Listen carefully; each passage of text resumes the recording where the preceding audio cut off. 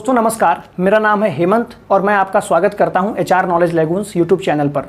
ठीक है, तो एक बार फिर से आपका स्वागत मैं कर दिया और मैं इस समय पढ़ा रहा हूं राजपूत काल का इतिहास। तो राजपूत काल के इतिहास में मैंने आपको गुर्जर प्रतिहार वंश और गढ़वाल वंश पढ़ा दिया। आज मैं आपको पढ़ाऊंगा चंदेल वंश और चंदेल वंश पूरा कंप्लीट हो जाएगा आज के वीडियो में।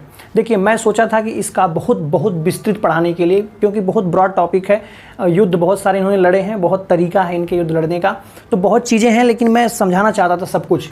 लेकिन एग्जाम्स को देखते हुए कि एग्जाम्स में बहुत ज़्यादा डिटेल क्वेश्चन नहीं पूछता है, कि बहुत डिटेल आपसे युद्ध पूछेगा, कैसे युद्ध की तरकीब लड़ी गई, क्या राजनीतिक सामाजिक स्थिति, बहुत ज़्यादा आपके जब वनडे एग्जाम होता है, टिक लगाने वाला एग्जाम होता है, उसमें नहीं पूछता, उसमें सारे फैक्ट के साथ आपको डील करना होता है।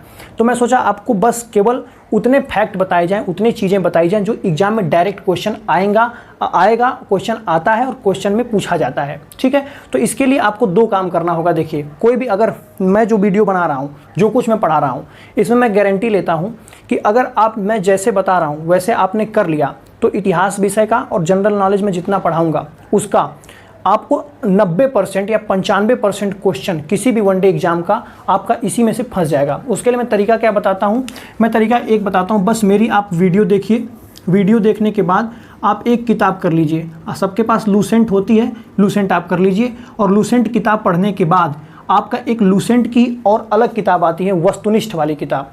तो उसमें केवल क्या होते हैं, क्वेश्चन होते हैं ढेर सारे।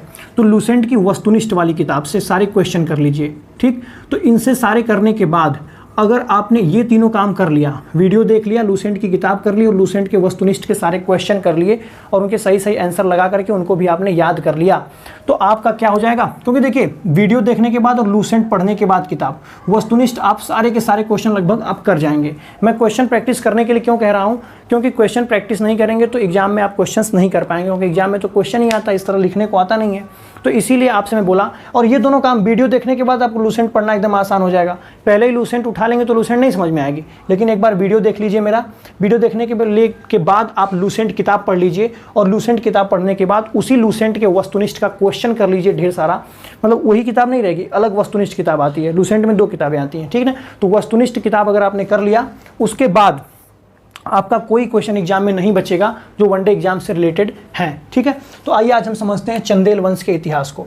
तो चंदेल वंश का पूछता है क्वेश्चन कि संस्थापक कौन था। तो चंदेल वंश के संस्थापक थे नन्नुक, जिन्होंने 831 ईस्वी में इसकी स्थापना की थी, चंदेल वंश की। ठीक, इस चंदेल वंश की राजधानी कहाँ थी, खजुराहो थी। ठीक, खजुराहो थी, तो खजुराहो थी। तो आप समझिए इस बात को ध्यान से कि ये चंदेल वंश जो स्थापित हुआ था ना, बुंदेलखंड के इलाके में स्थापित हुआ था। ठीक, बुंदेलखंड का इलाका कहाँ है, तो भारत के नक्शे में आप देखेंगे तो ये आप देखेंगे, ये ऐसे अगर नक्शा मैं बनाऊं भारत का, तो भारत के नक्शे में ये इलाका जो था बुंदेलखंड का इलाका था। तो इसी बुंदेलखंड के इलाके में खजुराहो राजधानी बना करके, इसी बुंदेलखंड के इलाके में ये चंदेल वंश की स्थापना किसने की थी, नन्नुक ने की थी। ठीक, और नन्नुक का एक पौत्र था। ठीक, एक पौत्र था जिनका नाम था जेजा, या जेजा के साथ उन्हीं का नाम क्या था, जेजाक भुक्ति, यानी कि पोता थे इसी नन्नुक के। तो इन्हीं जेजाक भुक्ति के नाम पर इस बुंदेलखंड को क्या कहा जाता था, जेजाक भुक्ति कहा जाता था।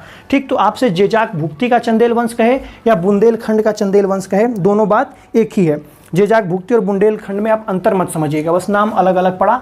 और जेजाक भुक्ति नाम किसके नाम पर पड़ा, इसी चंदेल वंश के संस्थापक नन्नुक जो थे, नन्नुक के ही पौत्र के नाम पर इसका नाम जेजाक भुक्ति पड़ा। ठीक है, पहले जो प्रारंभिक राजधानी हुआ करती थी इस चंदेल वंश की, प्रारंभिक राजधानी इसकी कहाँ पर थी, तो प्रारंभिक राजधानी में कहाँ लिख दूं, जरा ध्यान से देखना इस बात को, कि बुंदेलखंड ये।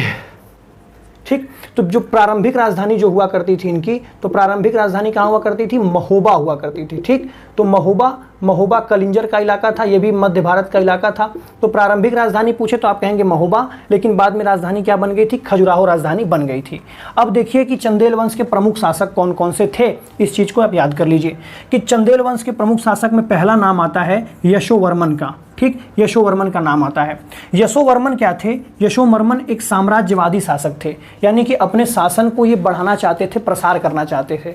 तो ये अपने आसपास के लगभग इलाकों पर ये कब्जा करना चाहते थे और अटैक करके कई इलाकों पर इन्होंने कब्जा किया भी था। ठीक है, नाम कई इलाकों पर इन्होंने कब्जा कर लिया था। ठीक, तो एक साम्राज्यवादी शासक थे।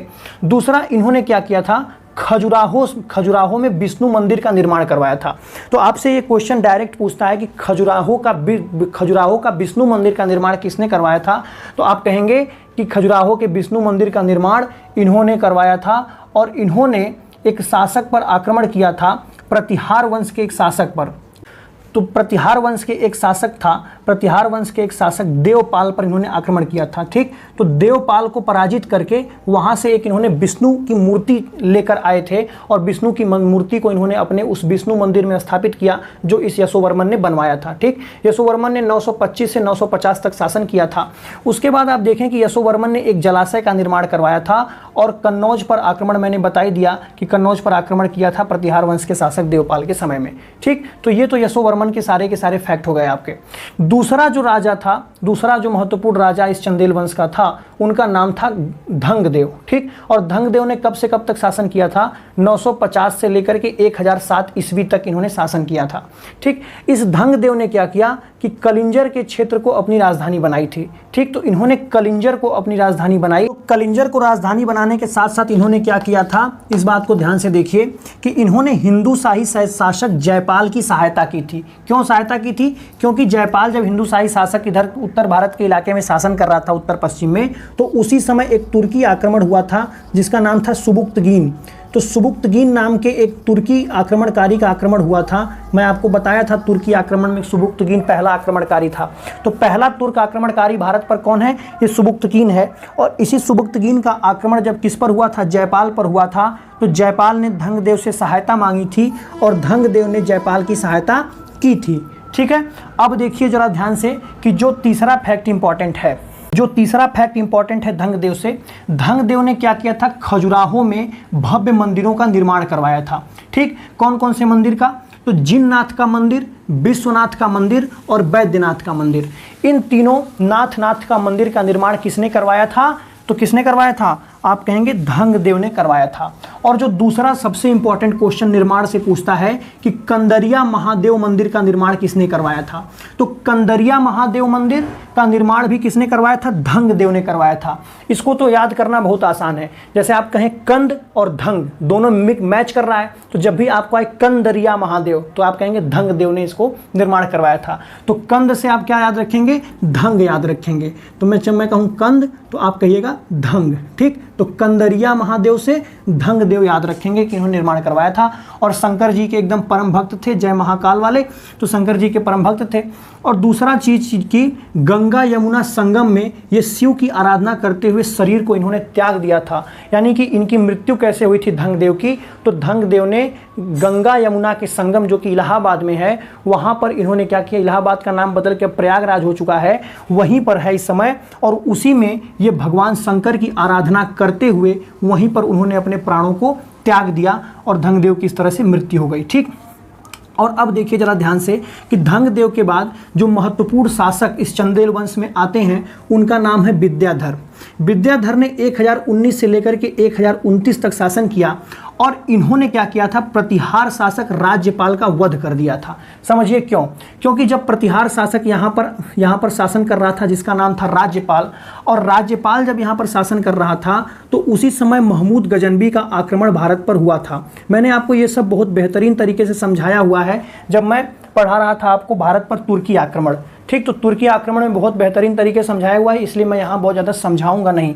तो इन्होंने क्या किया, विद्याधर ने इसी प्रतिहार शासक राज्यपाल की हत्या कर दी। क्यों, क्योंकि महमूद गजनबी जब यहाँ पर आक्रमण किया तो राज्यपाल यहाँ से फरार हो गया, यानी कि पीठ दिखा करके भाग गया। और यह बात विद्याधर को अच्छी नहीं लगी कि कोई राजपूत होते हुए भी पीठ दिखा करके भाग जाए, तो इसीलिए विद्याधर इनसे बहुत क्रोधित हुए और राज्यपाल की इन्होंने क्या कर दी, हत्या कर दी। ठीक, अब आप समझिए कि परमार शासक भोज तथा कलचुरी के गंगेदेव, तो परमार शासक भोजदेव तथा कलचुरी के गंगेदेव को इन्होंने पराजित किया था। ठीक, तो इन्होंने किसको किसको पराजित किया, देखिए राज्यपाल का वध किया और साथ में परमार शासक भोज को, मैं परमार वंश पढ़ाऊंगा तो भोज के बारे में बता दूंगा, भोज को पराजित किया और साथ में कलचुरी वंश के गंगेदेव को इन्होंने पराजित किया। ठीक है, तो ये विद्याधर की कहानी हो गई। और इस चंदेल वंश का जो अंतिम शासक था, तो चंदेल वंश का अंतिम शासक कौन था, परमर्दी देव था, जिस परमर्दी देव को किसने पराजित किया था, पृथ्वीराज चौहान ने पराजित किया था। ठीक, तो चौहान वंश यहाँ पर अजमेर का चौहान वंश था और यहीं पर यहाँ मध्य भारत में बुंदेलखंड के इलाके में कौन शासन कर रहा था? ये चंदेल लोग शासन कर रहे थे। तो उसी समय परमर्दी देव पर किसने आक्रमण किया? पृथ्वीराज चौहान ने आक्रमण किया और पृथ्वीराज चौहान ने इस परमर्दी देव को पराजित कर दिया। इसी परमर्दी देव के दरबार में आल्हा उदल नाम के दो बहुत महत्वपूर्ण योद्धा रहते थे, बहुत वीर योद्धा रहते थे। तो ये जो वीर योद्धा रहते थे आल्हा उदल, जब मैं पृथ्वीराज चौहान पढ़ाऊंगा तो मैं बता दूंगा कि कैसे, लेकिन कोई दिक्कत नहीं है। देखिए, जब आक्रमण किया था पृथ्वीराज चौहान ने तो ये आल्हा उदल दो योद्धा थे, बहुत बहादुरी से लड़े थे और बहुत बहादुरी से लड़ते हुए मर गए। तो आपसे ये क्वेश्चन पूछे कि आल्हा उदल नाम के दो महान योद्धा किसके दरबार में रहते थे? तो चंदेल वंश के शासक परमर्दी देव के दरबार में रहते थे, जिनको किसने पराजित कर दिया? चौहान वंश के शासक पृथ्वीराज चौहान ने, या पृथ्वीराज तृतीय उन्हीं को कहा जाता है। ठीक है, तो इस चीज़ को आप एकदम नोट कर लेंगे। ये सारे फैक्ट्स अगर आप चंदेल वंश से याद रखते हैं तो ज़्यादातर क्वेश्चन आपके क्या होंगे? वनडे एग्जाम्स के निकल जाएंगे, क्लियर हो जाएंगे। ठीक है, बाकी इसके बाद आपको वही काम करना है, लूसेंट की किताब को एक बार रिवाइज कर लेना है और रिवाइज करने के बाद आपको लूसेंट के वस्तुनिष्ठ के सारे क्वेश्चन कर लेने हैं। इतना काम अगर आप कर लेते हैं तो वनडे एग्जाम्स के सारे क्वेश्चन आप बहुत आराम से कर पाएंगे, कोई समस्या करने में